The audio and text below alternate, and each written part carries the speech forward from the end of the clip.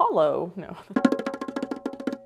Hey everyone, it's Anna and I'm back with another vintage cookbook. This time I'm reviewing the Monte Kitchens Cookbook. This book was requested a long time ago in the comments. I'm sorry, I don't remember who requested it, but if you're still watching, here we are. On that note, if there are books that you see back here in my collection that you would like me to cover, please let me know in the comments down below. I would be happy to do that. Here, I'll give you a view. If you can see any of these, please let me know if you want me to cover them. This book was a gift from my dear friend Lindsay. She is my neighbor in Ohio. She is a great friend and she loves cooking and baking as much as I do. She's kind of an expert. She's my go-to gal when I have questions about just about anything baking related. The first thing I noticed about this cookbook, it's like a binder, and I love a binder. When it's in a cookbook, it just lends this like air of importance to it. Like this is serious business. This is where all my secret recipes are. It has these tabs right here. So each tab is a section, but then when you open up the tab, if you like go to appetizers and beverages, for example, it's got your kind of like table of contents here, but there's a little folder. So each of these tabs is a folder and you can tuck in your own clippings, recipes, notes right into them. I just love that. Monte Kitchens, it's not a company I really think of as much as say like Pillsbury or Betty Crocker or something like that. In comparison to say the Betty Crocker Picture Cookbook, even the Better Homes and Gardens new cookbook, this feels a little bit like less comprehensive. I think it might be because the product range offered by Del Monte, it's not quite as wide as what is offered by Betty Crocker or Pillsbury. When you think Del Monte nowadays, at least, I tend to think like canned goods, so canned fruits and vegetables. When this book came out, I didn't actually say when it came out. So this book came out in 1972, and at that time, they did have a little bit of a wider selection of products, I think. A lot of canned goods. They also had some jarred items, dried fruits. They may still have dried fruits. I just don't really notice them in the stores. Another thing that came up in this book, a lot of the recipes contain Del Monte tuna. So Del Monte tuna, I'm not finding that in the stores nowadays. And I tried to do a little bit of research on when was that product available, how did that work? It's just like a web of confusion. So corporations in general, to me, a web of confusion when you look at their past, because like they buy each other up and they absorb sections of each company and things like that. And that's kind of what happened here. I think at some point Star-Kissed tuna was involved in Del Monte. Maybe Del Monte tuna became Star-Kissed tuna, I don't know. I was just really surprised to see that there was Del Monte tuna at one time. Getting into some of the recipes in here, this whole little area here, these are all recipes that involve dried prunes, honey lemon prunes, mandarin prunes, spiced prunes, apricot saucers. Yeah, that's got prunes in it too. Stuffed prunes, Hawaiian prunes, oriental prunes. Clearly Del Monte offered prunes at one time. I like prunes. I like those little like individually wrapped prunes just to sort of like have as a snack. I'm a senior citizen, I guess. Thinking about going to someone's house, maybe they have a few snacks out before a meal or something, and there's just a big tray of stuffed prunes. I'd still eat them. Heck, maybe I'll have a party with dried prunes. My friends have that to look forward to. Sauces. Sauces serve so many foods sympathetically that a good cook has several up her culinary sleeve. Her. Come on. He has some up his sleeve too. And the good cooks in Del Monte Kitchens are no exceptions to this creative rule. This is such a weird sentence. Sometimes I just like to highlight weird sentences in these books. You can see like nice illustrations. We have this whole sort of like red-orange theme going on a lot of these. And we do have some photographs too. I mean, look at that beautiful souffle. I think that's like a meatloaf, like a frosted. Oh, I think this is like a meatloaf beef Wellington because there's puff pastry on the outside. We have another weird sentence in the salads and dressing section. Almost by definition, salads are undefinable. I want to talk to the person who wrote the copy for this cookbook. It's no wonder that so many of us are salad enthusiasts. I really enjoyed the title of this recipe, Salad by Choice. Place pineapple, bacon, celery, and olives in individual lettuce cups on a large serving platter. Heap lettuce wedges on the same platter so guests can select their own salad treats. It's like a build your own salad. Hot lunar salad. Salad's hot? Why not? Oh heck. Del Monte tuna, crunchy celery and peanuts, and a topping of cheese and chips baked together to make a quick luncheon or supper salad main dish. Oh, okay. Yeah, I've seen stuff like this before. Like they'll do a hot turkey salad. I think Jim from Jim's Kitchen maybe made that. So this is kind of the same thing, but with tuna. Kind of like a casserole without the noodle component. Pine bean sandwich. For a hearty, cool weather lunch, try this pine bean sandwich. I'm sorry. Serve with a fruit salad and a tall glass of milk. So what is a pine bean sandwich? It's a can of sliced pineapple, hamburger buns, a can of barbecue beans, and bacon. Well, I don't know why that needs to be on a sandwich though. I feel like I would like it if you just like made the beans with the bacon and the pineapple. Like that sounds great. Why does this have to be a sandwich? We do have some cakes. Oh, this opening sentence. Although emphasis on staying or becoming slim seems to have reduced the frequency with which desserts are served, not in my house. There are still plenty of occasions to celebrate by baking a cake. Heck yeah, I'm baking a cake.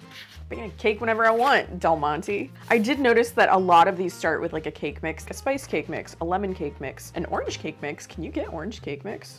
Autumn gold cake. So you start with an orange cake mix, you put pumpkin in it, brown sugar, pumpkin pie spice. Oh my gosh, this sounds delicious. I need to get my hands on an orange cake mix. So I'm not making the autumn gold cake today, unfortunately, but here's the recipe that I will be making. Today I'm going to be preparing Aloha Loaf. So Aloha Loaf is basically a banana bread with pineapple and coconut in it. And that flavor combination is really appealing to me. Banana bread, sure, I've eaten banana bread a lot of times. I don't think I've ever tried it with coconut and pineapple. And who doesn't have an overripe banana lying around in their kitchen somewhere? I feel like I constantly have those. Sometimes I chuck them in the freezer for smoothies. I'm kind of excited about this because it's a slightly different option that you have to use up those overripe bananas. Banana, pineapple, and coconut mingle in style, making Aloha Loaf an unusual but delightful accompaniment to any meal. Sounds promising, so let's get started. Aloha Loaf. Cream butter and sugar until light and fluffy. I've been softening this for a while. We're all good to go. Sugar. Add eggs and mix well. So I've got 2 eggs here.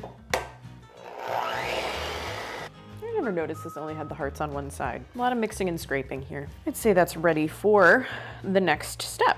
Stir in banana. I only need half a cup, so I think this one is probably a little too large. I'm gonna break it in half. We'll see where we're at after that. Mashing the banana. Ooh, I was kind of hoping this had more banana in it, but maybe with all of the other fruit, there's no room for more banana. Let's see how much we have. You know, I think maybe I have to do the rest. Okay. So that was one really large banana. We'll do just a little more. You know what though? Is it gonna hurt if I just use the rest of it? We'll find out, because I'm doing it. What other ideas do you have to use overripe bananas besides banana bread, banana muffins, smoothies? If you have ideas, please let me know and I will use them, because I always have 1 or 2 somewhere in the kitchen. Stirring in the banana. Banana in. Sift together flour, baking powder, baking soda, and salt. Today it's friendship. I thought it kind of coordinated with the cookbook, so got a match. And I love friendship. It's one of my favorite patterns. I'm a little surprised there's actually no spices in this. I really want to add cinnamon or something. There's no vanilla in it. Maybe that's just to let the other flavors shine through. They know what they're talking about, right? All right, I've got my sifter. I'll do my flour, baking soda, baking powder, and salt in there. Add to creamed mixture and mix well. Does anyone else's hand mixer start with like a little kick? You've probably seen me use this enough that you know that I kind of like lean back at first. It just seems like it gets like really enthusiastic and then it kind of calms down. Like that. Fold in pineapple and coconut. Coconut, we've got pineapple. Boy, did I try to find Del Monte pineapple. I need crushed pineapple for this recipe, and specifically like an 8-ounce can. I looked at so many stores. I mean, I've been searching for quite some time because I knew I wanted to do this recipe. Could not find it anywhere. I found pineapple rings. I found pineapple chunks that were Del Monte. Could not find crushed pineapple. So just let's pretend that this is Del Monte. The can is green. Ooh! It doesn't say to drain this, so I'm not going to. This is a pretty stout mixture, so it probably could take the extra moisture. Coconut. Okay, it's juicy. There's no other liquid in it, like there's no milk or anything. Maybe the pineapple juice is there in place of some other liquid. This is what we have. It's pretty light. I mean, maybe if I had used a banana that was like a little bit more ripe, it would be darker. Pour into greased and floured 9 by 5 inch loaf pan. I have it, it's here. Where did I put it? I've got a 9 by 5 inch loaf pan. This is a very large loaf, and so the bake time is kind of long. It's 1 hour and 10 minutes at 350. Okay, this is, I think, oh, please, Lord, do not let me drop this bowl. I think I'm gonna put this on a sheet pan just in case. Oh, it smells so good. It really does. So this is all ready to go. It's just about as easy as a regular banana bread recipe. So I'm gonna bake this at 350 for 1 hour and 10 minutes, and then I have to let it sit for a while. So I will see you in a bit.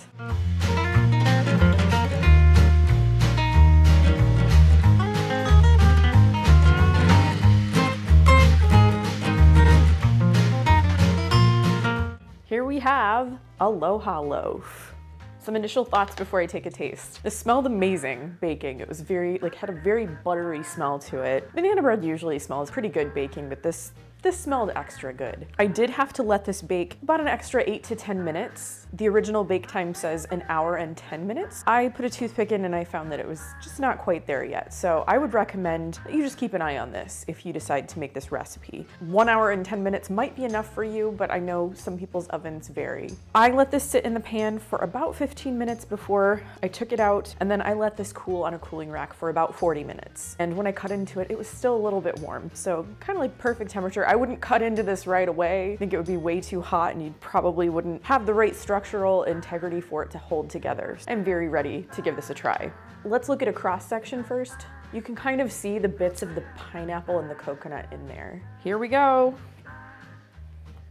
That is very good. It tastes very buttery, and there's a half a cup of butter in this entire loaf. I'm trying to recall how much butter is in a usual banana bread recipe. You've got the texture from the coconut.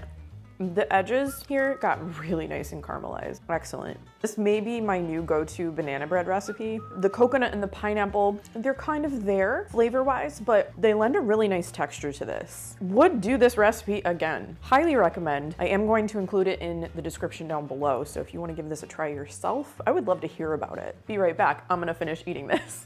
This is a keeper, and you should give this a try. I cooked a recipe from the Monte Kitchens Cookbook. I hope you like this video. If you do like it, please give it a thumbs up and subscribe to my channel by clicking on the red button below. I post new content every week. Thanks again, and I will see you in my next video. Bye.